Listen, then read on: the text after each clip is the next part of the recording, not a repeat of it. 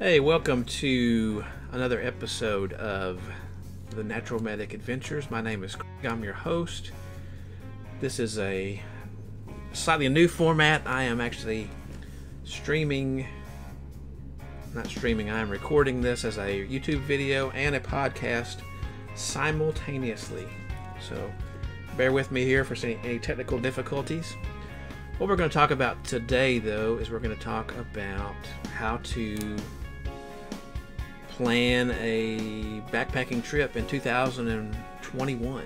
It's been kind of a ride here, guys. If you've been with me as a podcast listener or a YouTube viewer or both, would love a subscribe to the podcast and a like and a subscribe on the YouTube channel if you're enjoying my content.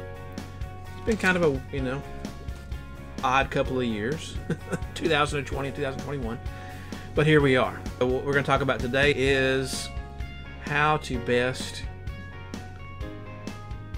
do planning for a backpacking trip. Now, I'm located in Northeast Texas, so you might look at a different place. Just as an example today, we're going to be looking actually up in Arkansas. There's some really nice places that are not that far from me up in Arkansas.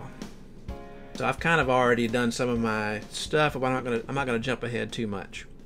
But here is the first step in planning. You definitely want to evaluate yourself. You want to think about what are the goals and what am I seeking for this particular trip? Am I trying to, get away from it all? Am I trying to see waterfalls? Am I trying to see certain rock formations? Am I trying to see, different vegetation or animals, or what is your and you kind of have to evaluate, you have to, really reflect on yourself and figure out what are my true skills. Have I been backpacking before? Have I been day hiking? Have I done any hiking? Am I a beginner? Am I intermediate? Or am I, more of an expert? Those are the things you have to consider first and foremost, because those are going to come in later on when we get down through the list here and figure out what we need to do. So here we are looking at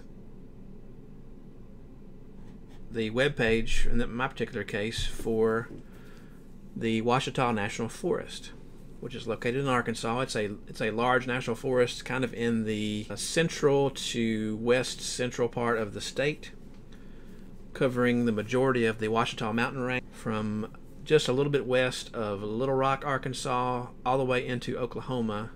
I guess you'd say the east central and southeast part of Oklahoma. So it's a pretty large national forest, and there's a lot of different things there. So those are things you need to think about.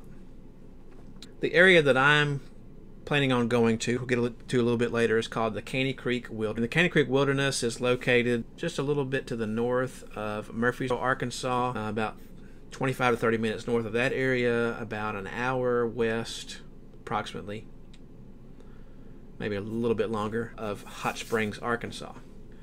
So, relatively accessible, but it's still, in this case, it's providing enough getaway for me to be kind of in a remote area. It's not really that remote. I think the wilderness area itself is about 13,000 acres, somewhere around there. Maybe it'll tell us on here. We're going to look on here in a second. So we're going to go ahead and bring that up. I know what I can do personally. I've been hiking, day hiking pretty easily, somewhere between 3.5 to 8 miles over the past 6 months or so. So I feel pretty comfortable with that. Now you have to keep in mind, whenever you go out backpacking, you're going to be carrying your food with you, some water, your shelter, your clothing. You're going to be carrying probably at least twice what you would normally carry. So let's say you carry 10 pounds of gear on your day hike, you're probably going to carry at least twice as much as that, especially as a beginning hiker, because you're going to have heavier equipment that's not going to be as lightweight or ultralight as maybe you want it, because it's, the lighter stuff is more expensive. And that's okay. You got to start somewhere. Or maybe you borrowed some older gear from a friend, or you found some at a thrift store, or whatever. But if you are still looking for gear, I do have a video I did a couple weeks ago about how to find good deals on gear, and I have some recommendations on gear on my YouTube channel, and I talked about it on my podcast as well. I will put links to that in the YouTube video about how to look at those videos, so you'll have those to reflect on. The next thing you need to think about is, who are you going to go with? Are you going with your, other friends, or your spouse, girlfriend, boyfriend, whatever, that also enjoys backpacking? Do you have friends that enjoy backpacking or want to go? And you have to think about, what are their goals and incorporate that in your plan.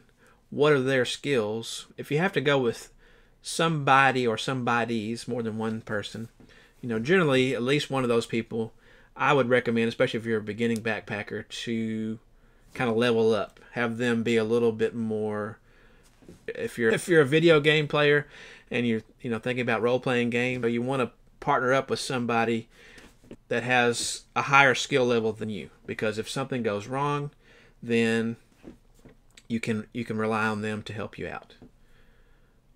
And you can also learn from them and get better yourself. So the advantages, of course, going with a group, or a group would be yourself and at least one other person. You have that kind of safety of that other person to help you if something happens with them or something happens with you. You kind of help each other out. But on the other hand, you have to work out their schedule with your schedule, where they want to go versus where you want to go. And so it just, you're going to have to make compromise. And if you're having a conflict with them, you're going to have to work that out. You don't want to be out in the wilderness and get upset at each other and go from there. If you go on a solo trip, of course, the advantage is there. You don't have to answer to anybody. I'm going on a solo trip. When I go to my trip to Caney Creek here in a few weeks in the Ouachitas, I don't have to answer to anybody. I'm on my own schedule. If I want to take 2 days to do it, I can take 2 days to do it. If I want to take 3 days to do it, I can take 3 days to do it. If I want to go on the weekday or the weekend or whatever, I can do that whenever I want. But if something happens and I get myself into trouble, there's nobody to rely on but myself. So that's things you need to consider. So next thing you want to do is pick a trail. Like I said, I've already picked this trail here. Let's bring up, I believe it's under special places. If it's not, I will search for it here in a second. Nope, not under special places. Pardon me. Let us go to recreation then.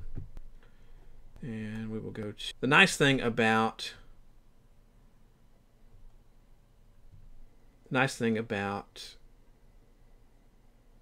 being in the national forest versus a national park or something like that, you don't have to worry about getting a permit. This is not an area that people go to a lot, so not a big deal. You don't have to worry about that. And we're going to go backpacking. So I just went through the list there. Here we go. Caney Creek Trail. There it is.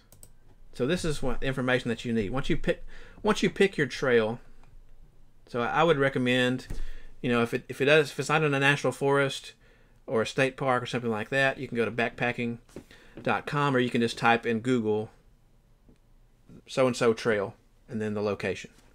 Or you can type in, for example, I live in Texas, you can type in Texas backpacking trails, or Arkansas backpacking trails, or wherever you live or wherever you are going or want to go, you can do that. So you got a pretty good information overall here. It tells you, what you're doing in brief there. What if you do the entire trail, how long it is and how long it takes on average. That's pretty much the way it works with this particular deal right here. Now, if you want to get more information, you just click right here, and it's going to bring up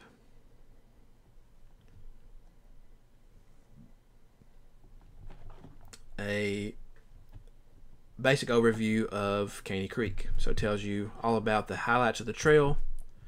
Okay, I was a little bit off on the wilderness size. It's 14,000 acres, almost 14,500 acres. Not too bad. The entire length of the trail, if you do all the miles of the trail, I'm not planning on doing that, but you could do 17.5 miles, and that's one-way travel. So the trails in the wilderness are not marked or signed, you know. So this kind of tells you, you know, what you need to do. Your access, it tells you how to get there. It tells you the water is non-potable, which is kind of a duh. And you know what types of trail access that you have. Of course, you also have, you can write them here. You can go to the website here directly, and you can go to look at this map here. So this map gives you a good idea of the entire trail here. This kind of thick line here shows the boundary of the wilderness. You have designated parking areas here in this particular map. It shows you what this is here. It's a wilderness area. It's open to equestrian use, and it's also open to hiking. We'll talk about that a little bit later, but I do have this already printed out on my deal right here. So what I'll do with this is I'll take this and I'll put it into a plastic bag or laminate it or whatever, so that it's protected from the rain, or in case it rains while I'm up there. Now, of course, you can use, you know, while you're planning or while you're up there, you can use things like alltrails, Onyx Backcountry, you know, Guthook if the trail happens to be on Guthook. Guthook usually is, what I've found so far, it's limited to some of the longer trails, which is great. Their information on there that I've seen so far is really wonderful, but you're limited to what they have on there. But I always think it's good to have a backup in case your phone messes up for some reason, or you didn't get it fully downloaded for offline use, or what have you. So this is getting the info part. Just while we're here and looking at the map, you always want to practice leave no trace principles. So we're doing this first part right now, the plan ahead and prepare. When you're out there traveling and camping, you want to choose durable surfaces to camp on.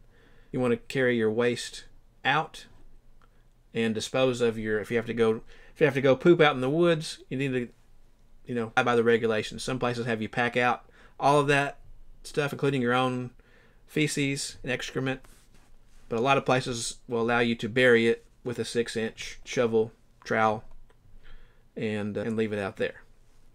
You know, leave what you find, respect the wildlife, minimize use and impact of fires, and be considerate of other visitors. So that's just something to think about. And that's part of the info process as well, is you know, trying to abide by leave no trace, because you want to leave this area definitely the way that you found it, but you want to, if you find trash there or whatever, you need to pack that stuff out, and in addition to your own trash, if you can.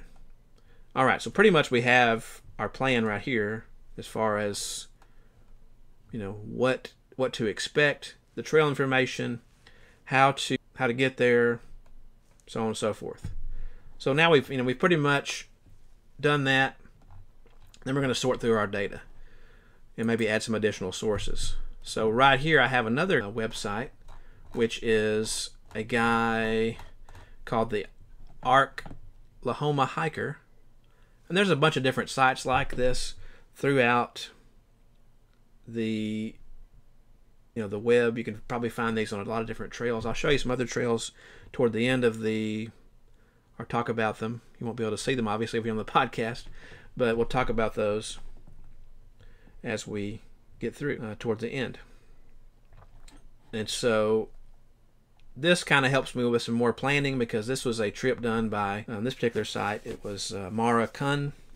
She did this trip on December the 4th, 2018, and it's located in southwest Arkansas. We already saw that. So it tells you the mountains, tells you how long the trail was that she did. She did the loop trail, which is what I plan on doing as well, which is 9.4 miles. Plan on doing 2 days and 1 night is what I plan on doing. And she got some nice pictures. Some of the stuff that I want to see when I'm there, which is the Katy Falls is one thing. It's just a small waterfall there. And she has Google directions on here, so this further helps you even more than the Ouachita National Forest stuff. And kind of gives you some more planning. She talks about, don't ford streams that are too deep. Be careful. Talks about all the different trail crossings that she had to do across water, and some more pictures. Talks about Katy Falls, and talking about there's no designated trail blazes because it's a wilderness area.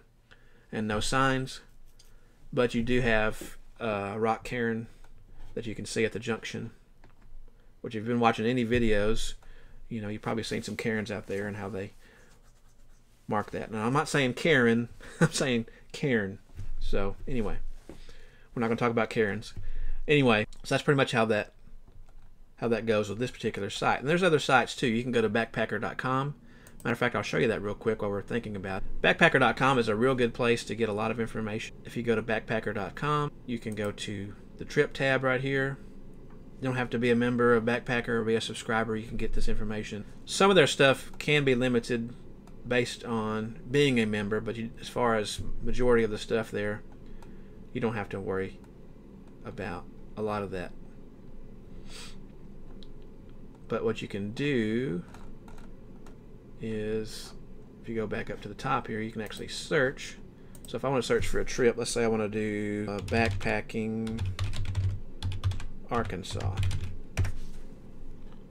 and it should bring up all the back trips in, or articles about backpacking in Arkansas.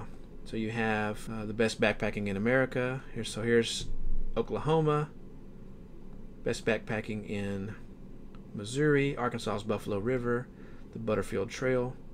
One of the best through heights in America is hidden in the Ozarks, and so on and so forth. So this is articles that had Arkansas in them, okay, showing up on the screen here. So let's just look at this first one, just for sake of time. We're not going to look at all of these, but we'll look at this one real quick. It's the best backpacking in Arkansas, and so it's going to talk about some of the longer trails here. The Ozark Highlands Trail, which is on my list to do in the near future.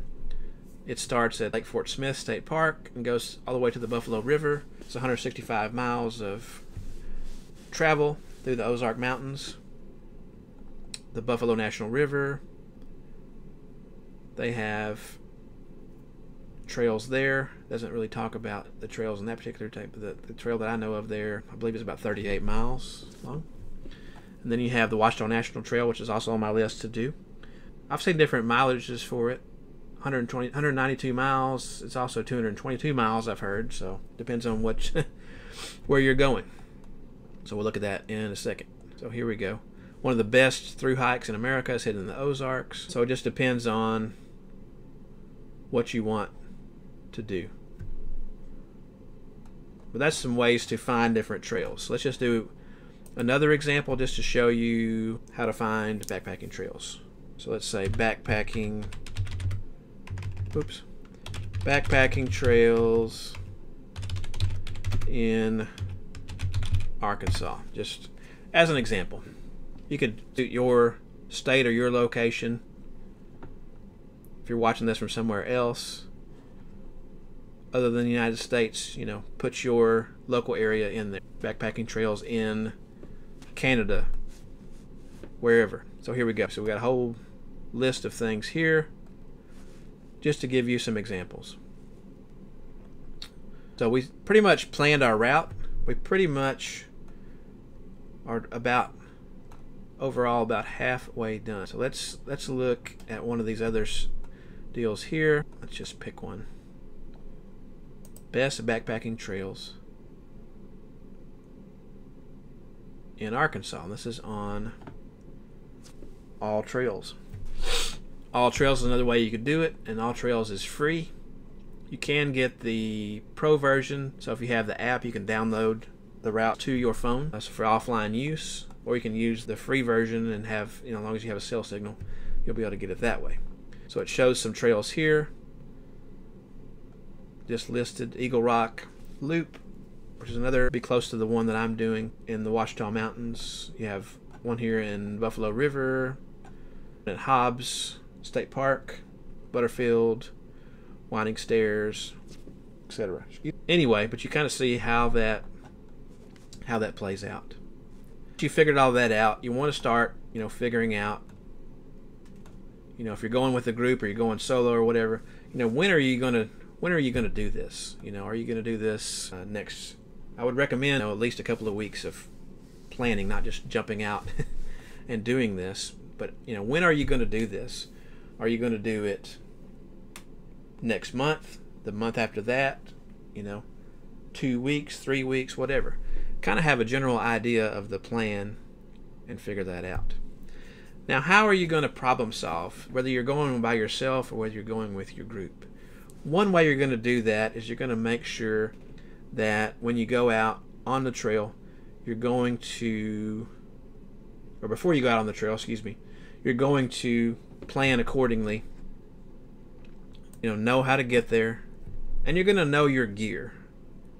If you have a tent that you just got or you've never set up, I recommend, if you have a backyard or you have some place to set it up in a park or at a friend's, I recommend you set that up.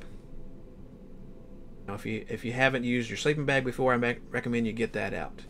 If you haven't used your air mattress before, make sure it's going to inflate, or make sure it's going to work right for you. If you haven't used your stove before, make sure all of your gear that you're going to take with you is going to work ahead of schedule, ahead of time. And definitely want to prepare for emergency. I have talked about first aid in brief on my YouTube channel here, and also on the podcast. So whichever one you're listening to, hopefully both. Like I said, I'll link to the video that I talked about first aid kits that I did on YouTube a couple of weeks ago of the showing of this video, and you can get some ideas about your first aid kit, what you might need there. But just like using your gear, you also want to make sure that you plan accordingly and you know how to use that stuff. Now, chances are good the main things you're going to encounter are, things that require a band-aid. You're going to cut yourself, you're going to get a blister maybe, or a hot spot.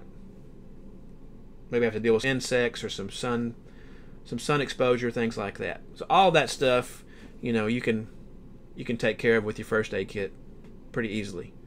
But it's good to be prepared just in case. When I go on this one, if you see my first aid video, I'm probably going to use my Adventure 2-person kit. The name is escaping me at the moment. Adventure Medical Kit, excuse me. Adventure Medical Kits, and it's a 2-person kit, and it's about yay big, and it's got some more stuff in it that just would be useful if I'm going with by myself or with someone else. The one I carry now is a little small kit I got at Walmart, and it's got some extra stuff I've added into it, but it may not be quite adequate for a backpacking trip. It's good for day hiking, but for backpacking I think I need a little bit more. Now, so take that into consideration. If anybody goes with me, I'm a paramedic. I can self-treat and I can treat other people. I'll be a good backpacking partner. Just throwing that out there for everybody. Next part of your planning, you're going to have to plan, depending on how long you're going to be out there, what are you going to eat? And how are you going to get water? Let's talk about the eating first. I'm going to do a video here coming up in the next few weeks. I'm going to do a video about cheap meals and how you can obtain these cheap meals in your grocery store. And if nothing else, you can go to your local Walmart. Target, I believe, carries these. Or if you happen to be close to a more, I'm not going to say more robust, but a more well-stocked, I guess, outdoor recreation type store like REI, for example, or something that has a little bit more than the sporting goods section does at Walmart, you might be able to find some more variety of meals. But you can get, I'm not saying you have to get a backpacking style meal. Like I said, I'm gonna show you. I'm gonna do a video here in the next couple weeks that will be about how to go to the grocery store and figure out ways to get cheap backpacking meals that will work for you on the trail. An easy solution to start off with is just have a couple of these cheap meals that you can get. You can actually get the 1-person serving or the 2-person serving, I believe, at Walmart. I don't know, and they're not very expensive. They're about $4 or $5, as opposed to the 2-person, which most places are going to be around $9 to $10. The second part of that is, your body's going to need fuel, so you have to think about, what are you going to eat as far as meals, but you're also going to have to know what kind of snacks am I going to bring, what is going to keep my body fuel up. Because if you're hiking, on average, you're going to be burning, somewhere around 400 to 500 calories an hour if you're hiking at a good pace, and especially if you're having to deal with extra terrain, which I'll be dealing with. I'm used to more flat trails over here in East Texas, but when I go up in the Ouachitas, especially with a pack on my back, it's going to be slower going, and there's going to be more energy consumed to get that going. As far as water is concerned, you need to know ahead of time, what ways are you going to obtain water. If you happen to be doing a trail that's on Gut Hook does have places to obtain water, noted in whatever trail guide that you have downloaded on there. Alltrails, as far as I know, does not have that, but you can see on the map we're looking at right here, you can see we do have several creek crossings, and there's plenty of water available pretty much majority of the time of the year. I believe Caney Creek and the Katy Creek area, which is where the waterfall is, they're running around pretty much all year long, unless it's a really severe drought. There's going to be water available. But that water is not going to be drinkable directly, so you need to have a way to filter it out or treat it with tablets or UV light or whatever. If you haven't seen my video on water purification, I will link that in the description below, and I'll also put a note of it so you can check it out. And I kind of go over the major different types of water filtration, water purification, and let you decide kind of for yourself. My favorite is the Katadyn Hiker Pro, because it's pretty versatile and it's super easy to use, and you don't have to worry about a lot of the other things that you would with some of the other filters out there. But I'll let you decide for yourself when you look at that video. So the next thing to think about is, how are you going to pack all this stuff? Generally, you want to get all of your stuff first. That's your sleep system, your tent, your clothing you're going to be taking with you. Definitely follow the 10 essentials. If you're going to go out there in 70-degree weather, be prepared that it could get hotter. It could get colder. So take a jacket, take a rain shell at least, or a poncho or some way to keep yourself dry in case it rains. Just be prepared for all that. Follow the 10 essentials. And if you haven't heard of the 10 essentials, I've talked about them to some extent on my YouTube channel.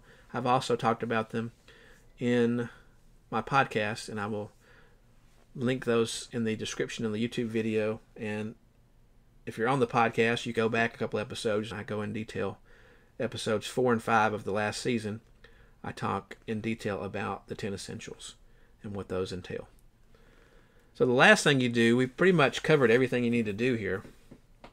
The last thing you need to do a couple of days before you go out, check the weather.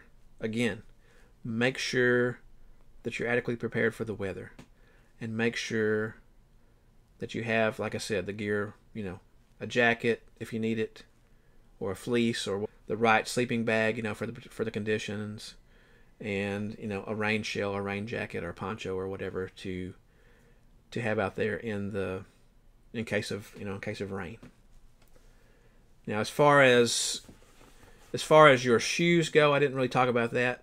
I've hiked in trail runners, and I've hiked in hiking boots. And I'm not going to get that discussion in this. I may do a video later about that, about what works for me. Everybody is different, so definitely do your research on that. Very last thing I'll tell you to end of this podcast and video is, before you leave out, make sure you tell somebody where you're headed, how long you're going to be there, and so on and so forth, because you want to make sure that if something happened, you don't come back for whatever reason, you got out there and you got injured, or you have car trouble or whatever, that they send somebody after you to make sure that you're okay. So tell a loved one, your mom, your dad, your spouse, your grandma, whoever.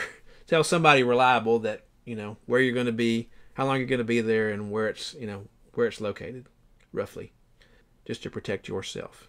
But definitely appreciate your attention, and love subscribe to the podcast if you're listening on the podcast. Would love a good thumbs up if you're watching this on YouTube, and love for you to subscribe to YouTube to get more videos like this. Hope this was helpful for you. If it was helpful, definitely I hope you have happy trails out there, and I'll definitely see you out there on the trail. Take care. Bye.